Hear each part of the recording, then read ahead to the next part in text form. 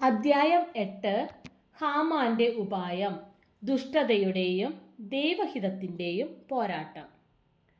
എസ്തേർ 1-ാം അധ്യായത്തിൽ നിന്ന് നാം ഗ്രഹിച്ചത് പേർഷ്യ സാമ്രാജ്യത്തിലെ സ്ത്രീകളുടെ സ്ഥാനം, രാജകീയ വിരുന്നുകളുടെ പ്രാധാന്യം, മദ്യപാനത്തിന്റെ സാംസ്കാരിക പ്രാധാന്യം ഇവയൊക്കെയാണ്. 2-ാം അധ്യായം അത്ഭുതകരമായ ഒരു ദൈവീക തെരഞ്ഞെടുപ്പിന്റെ കഥയിലേക്കാണ് നമ്മെ കൊണ്ടുപോയത്. അവിടെ വസ്തി രാജ്ഞിയെ നീക്കം ചെയ്ത ശേഷമുള്ള ശൂന്യത പൂരിപ്പിക്കുന്നതിനുള്ള ദൈവികമായ ഒരുക്കങ്ങൾ വിവരിക്കുന്നു. ഇനി എസ്തേർ 3-ാം അധ്യായം ആഗാഗ്യനായ ഹാമാൻ എന്ന ഉന്നതാധികാരിയുടെ നിരൂപണങ്ങളും അവന്റെ ദുരുപായങ്ങളും പരിചയപ്പെടുത്തുന്നു. ഹാമാൻ എന്ന കഥാപാത്രത്തിന് എസ്തേറിന്റെ പുസ്തകത്തിൽ പ്രമുഖ സ്ഥാനമാണ് ഉള്ളത് എന്ന് നമുക്കറിയാം.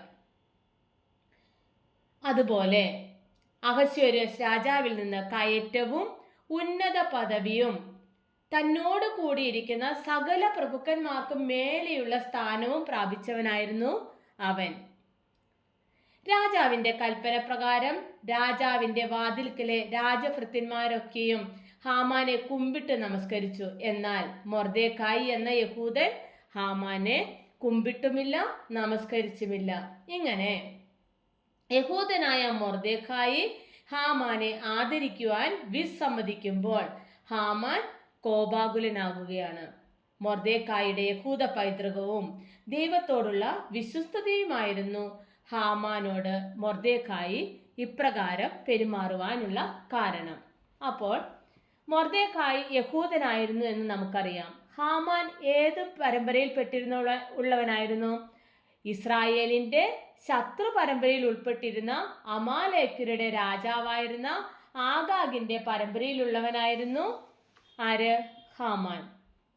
അമാലേക്യർ ഇസ്രായേലിനോട് പടയിൽ തോറ്റിരുന്നവരായിരുന്നു എന്ന് നാം പഠിച്ചു.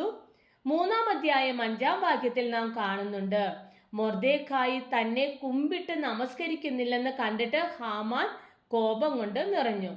2-ാം അധ്യായത്തിന്റെ അവസാന ഭാഗത്ത് മൊർദെഖായിയുടെ രാജഭക്തി രാജഭൃത്യന്മാരുടെ ഗൂഢാലോചനയെ പരാജയപ്പെടുത്തുന്നതും രാജാവിനെ കയ്യേറ്റത്തിൽ നിന്ന് രക്ഷിക്കുന്നതൊക്കെ നാം കാണുന്നുണ്ട്. എന്നാൽ 3-ാം അധ്യായത്തിൽ രാജാവിന്റെ ജീവൻ രക്ഷിച്ച മൊർദെഖായിക്ക് പ്രതിഫലം ഒന്നും നൽകപ്പെട്ടില്ല. പക്ഷേ ദുരുപായിയായ ഹാമാൻ ഉയർത്തപ്പെടുന്നു. ഇനി 3-ാം അധ്യായം 6-ാം വാക്യത്തിൽ നാം കാണുന്നു, അഹശ്വേരോസിന്റെ രാജ്യത്തെല്ലായിടവുമുള്ള മൊർദെഖായിയുടെ ജാതിക്കാരായ യഹൂദന്മാരെയൊക്കെ നശിപ്പിക്കേണ്ടതിന് ഹാമാൻ തരമന്വേഷിച്ചു. നാം കണ്ടു 2-ാം വാക്യത്തിൽ മൊർദെഖായി ഹാമാനെ കുമ്പിട്ടില്ല, നമസ്കരിച്ചില്ല എന്ന്. മൊർദെഖായിയോടുള്ള പ്രതികാരമായി ഹാമാൻ ഒരു ജാതി ഹത്യ സംവിധാനം തീരുമാനിക്കുകയാണ്. പാർസി സാമ്രാജ്യത്തിലെ എല്ലാ യഹൂദന്മാരെയും നിശ്ചയിക്കുകയാണ് ഇവിടെ ചെയ്യുന്നത്. ഈ സംഭവം പോലും യഹൂദന്മാർക്ക് അനുകൂലമായി പിന്നീട് വഴിമാറുകയാണ്. 9-ാമത്തെ വാക്യം വായിക്കുമ്പോൾ നമുക്ക് കാണാം, ഹാമാൻ അഹശ്വേരോസ് രാജാവിനോട് പറയുന്നത്, രാജാവിന് സമ്മതമുണ്ടെങ്കിൽ അവരെ നശിപ്പിക്കേണ്ടതിന് സന്ദേശം എഴുതി അയക്കണം.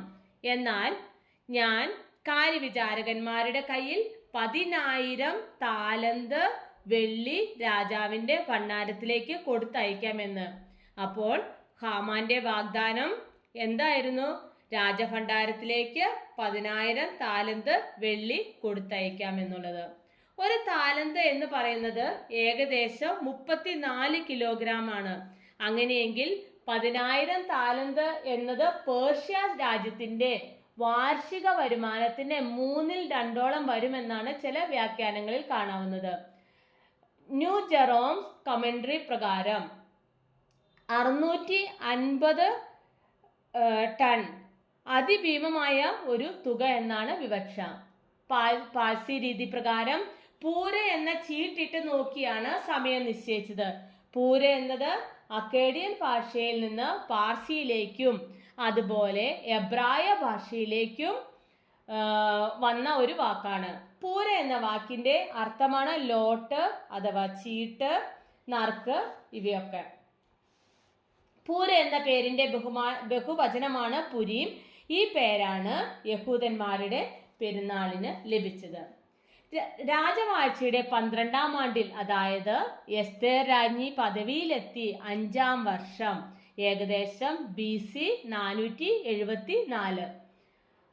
അപ്പോൾ 12-ാം ആണ്ടിൽ നീസാം മാസമായ 1-ാം മാസത്തിൽ അവർ ആധാർ എന്ന 12-ാം മാസം വരെയുള്ള ഓരോ ദിവസത്തെയും ഓരോ മാസത്തെയും കുറിച്ച് ഹാമാന്റെ മുമ്പിൽ വെച്ച് പൂര എന്ന ചീട്ടിട്ട് നോക്കി. അപ്പോൾ പൂര എന്നത് വാക്കിന്റെ അർത്ഥമാണ് ലോട്ട് അല്ലെങ്കിൽ ചീട്ട് അല്ലെങ്കിൽ നറുക്ക് ഇവയൊക്കെ. അപ്പം പാർസികളുടെ ആധാർ മാസമായ 12-ാം മാസം 13-ാം തീയതിയാണ് സകല യഹൂദരെയും വിധിക്കുവാൻ കൽപ്പന പുറപ്പെടുവിക്കുന്നത്. പാർസികളുടെ ഇടയിൽ ഉചിതമായ സമയം ചീട്ടിട്ട് തീരുമാനിക്കുന്ന ഒരു പതിവ് ഉണ്ടായിരുന്നതായി ചരിത്രകാരനായ ഹെറോഡോട്ട് രേഖപ്പെടുത്തിയിട്ടുണ്ട്. രാജമോതിരം കൊണ്ട് മുദ്രയിട്ട രാജകൽപ്പന രാജ്യത്തെല്ലായിടവും പ്രചരിപ്പിക്കപ്പെടുകയാണ്. ഇത് ശൂശനിൽ വലിയൊരു കലക്കത്തിന് കാരണമാകുന്നു. യഹൂദന്മാരെ ബാബിലോൺ രാജ്യത്ത് നിന്ന് തന്നെ ഉന്മൂലനം ചെയ്യുന്നതിന് വംശഹത്യ വ്യക്തമായി ആസൂത്രണം ചെയ്യപ്പെട്ട പദ്ധതിയായിരുന്നു ഇതിലൂടെ അനാവരണം ചെയ്യപ്പെട്ടത്. ഇനി നമുക്ക് പ്രധാന പാഠങ്ങൾ നോക്കാം. ഒന്നാമതായി, അഹങ്കാരത്തിന്റെ അപകടങ്ങൾ. ഹാമാന് ലഭിച്ച സ്ഥാനക്കയറ്റവും അംഗീകാരവും അവനെ അഹങ്കാരിയാക്കുന്നു. പദവിയിലുണ്ടാകുന്ന ഉന്നതി മൂലം ലഭിച്ച ആദരവ്, പദവിക്കുള്ള അംഗീകാരം എന്ന തിരിച്ചറിവിന് പകരം അഹന്തയ്ക്കും സ്വന്തം കാര്യലാഭത്തിനും സ്വകാര്യ ലക്ഷ്യങ്ങൾ പൂർത്തീകരിക്കുന്നതിനുമായി വിനിയോഗിക്കപ്പെട്ടാൽ അത് ആത്യന്തിക നാശത്തിലേക്ക് നയിക്കും. തന്നെ ബഹുമാനിക്കാതിരുന്ന മൊർദെഖായിയോടുള്ള ശത്രുത്വം, അമാലേക്കിനായ ആഗാഗ്യൻ ഹാമാൻ യഹൂദ ജനതയ്ക്ക് മുഴുവനും എതിരായ ശത്രുത്വമായാണ് ഇവിടെ പരിഗണിക്കുന്നത്. അതിൻ പ്രകാരം രാജാവിന് ഭീമമായ ധനം വാഗ്ദാനം ചെയ്തത് പോലും സ്വന്തം കാര്യലാഭത്തിനായി ഗൂഢമാർഗം കണ്ടെത്തുന്നു. ഭീമമായ ധനം എന്തായിരുന്നു? 10,000 താലന്ത് വെള്ളി. അപ്പോൾ ജാതിവെറി, അധികാര ദുരുപയോഗം, അഹംഭാവം എന്നിവയാലുണ്ടാകുന്ന അപകടങ്ങൾ നേതാക്കൾക്കെല്ലാം പാഠമാവുകയാണ്. എന്നാൽ സ്വന്തം വിവേകത്തിലൂന്നി സ്വന്തം വഴികൾ നിശ്ചയിച്ചവൻ ആഗ്രഹിച്ച വിധി നടപ്പാക്കുന്നതിന് ചീട്ടിട്ടപ്പോൾ 11 മാസത്തെ സാവകാശം ലഭിക്കുന്നതായി കാണാം. അത് നമ്മൾ കുറച്ചു മുന്നേ പഠിച്ചു. നടപടികളെല്ലാം ഏറെ കണിശമായി നടത്തുവാനായിരുന്നു ശ്രമിച്ചത്. തീർപ്പ് പരസ്യം ചെയ്യുന്നതും രാജ്യത്തെല്ലാവർക്കും ഓരോരുത്തരുടെയും ഭാഷയിൽ കൃത്യമായ വിവരങ്ങൾ എത്തിക്കുന്നതുമെല്ലാം ഏറെ കൃത്യതയോടെയാണ് എങ്കിലും ചെയ്തത് അല്ലെ. എങ്കിലും ഹാമാന് തന്റെ ദുഷ്ട ലക്ഷ്യം നിറവേറ്റുവാനായിട്ട് ഇവിടെ കഴിയുന്നില്ല. ഇനി രണ്ടാമതായി, രാജപ്രീതിക്കായി ഗൂഢതന്ത്രങ്ങൾ മെനയുന്ന ഹാമാനെയാണ് നാം കാണുന്നത്. രാജാവിന്റെ വിരുന്നിലെ പങ്കാളി രാജപ്രീതി വിലയ്ക്ക് വാങ്ങി സ്വാർത്ഥ ലക്ഷ്യം നടത്തുവാൻ ഒരുങ്ങിയവൻ പക്ഷെ ഒരു സത്യം മാത്രം മറന്നുപോയി. എന്തായിരുന്നു ആ സത്യം? ഇസ്രായേലിന്റെ രക്ഷിതാവ് ഉറങ്ങാത്തവനാണെന്ന്.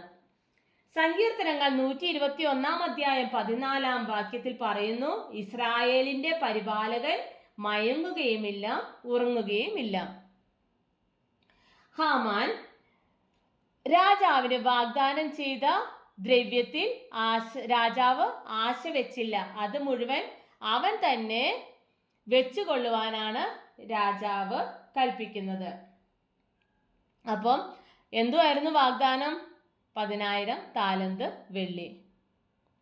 രാജകൽപ്പനയാൽ കീഴടക്കുന്ന യഹൂദരുടെ ധനം മുഴുവൻ പിടിച്ചടക്കാം എന്നൊരു വ്യാമോഹം ഹാമാന് ഉണ്ടായിരുന്നിരിക്കാമെന്നാണ് പറയുന്നത്.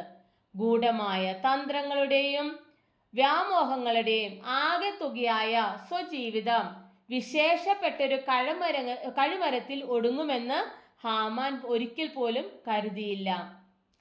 അപ്പോൾ നാം പഠിച്ചതാണ് ഹാമാന്റെ കാര്യത്തിൽ സത്യമായി തീർന്നൊരു സദൃശ്യവാക്യമാണ്. സദൃശ്യവാക്യം 16-ാം അധ്യായം 18-ാം വാക്യം. നാശത്തിന് മുമ്പേ ഗർവം, വീഴ്ചയ്ക്ക് മുമ്പേ ഉന്നത ഭാവം. ഇനി മൂന്നാമതായി, ശൂഷൻ പട്ടണത്തിലുണ്ടായ കലക്കം ആത്യന്തികമായ യഹൂദരുടെ വിമോചനത്തിന് കാരണമാകുന്നു. മൊർദെഖായിയുടെ ധൈര്യത്തിലും യഹൂദരുടെ രക്ഷയിലും ദൈവകരം വെളിപ്പെടുകയാണ്. അദ്ദേഹത്തിന്റെ നിഷേധം പോലും ദൈവപ്രവൃത്തിക്ക് വഴിയൊരുക്കുന്നു. മരണഭീതിയുടെ സന്ദർഭത്തിൽ സ്വന്തം വിവേകത്തിൽ ഊന്നുന്നതിന് പകരം യഹൂദർ മുഴുവനും രട്ടുടുത്ത് വെണ്ണീറിൽ കിടന്നു. അത് നമ്മൾ എസ്തേറിന്റെ പുസ്തകം 4-ാം അധ്യായത്തിന്റെ 3-ഉം 4-ഉം വാക്യങ്ങളിൽ കാണുന്നുണ്ട്. എന്തുവായിരുന്നു? രാജാവിന്റെ കൽപ്പനയും തീർപ്പും ചെന്ന ഓരോ സംസ്ഥാനത്തും യഹൂദന്മാരുടെ ഇടയിൽ മഹാദുഃഖവും ഉപവാസവും കരച്ചിലും വിലാപവും ഉണ്ടായി.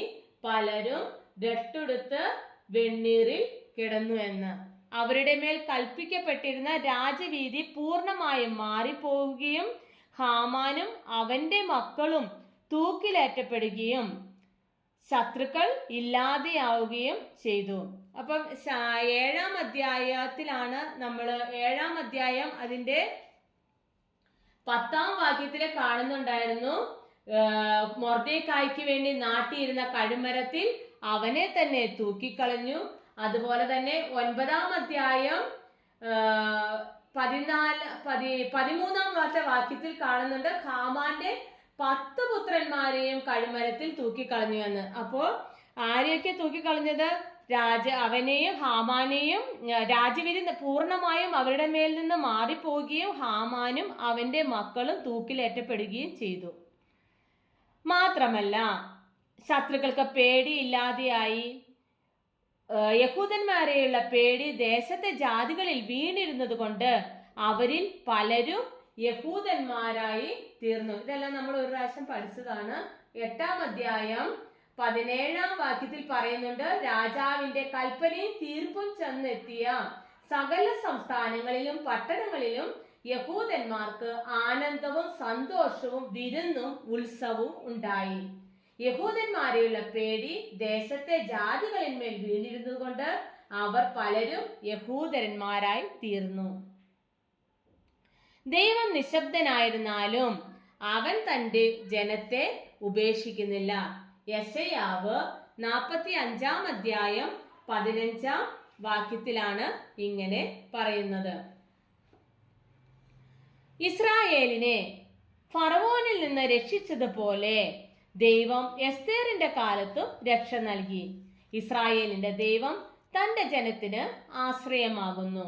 യോവേലിന്റെ പുസ്തകം 3-ാം അധ്യായം 16-ാം വാക്യത്തിൽ കാണുന്നുണ്ട്, ആകാശവും ഭൂമിയും കുലുങ്ങി പോകും, എന്നാൽ യഹോവ തന്റെ ജനത്തിന് ശരണവും ഇസ്രായേൽ മക്കൾക്ക് ദുർഗവും ആയിരിക്കും.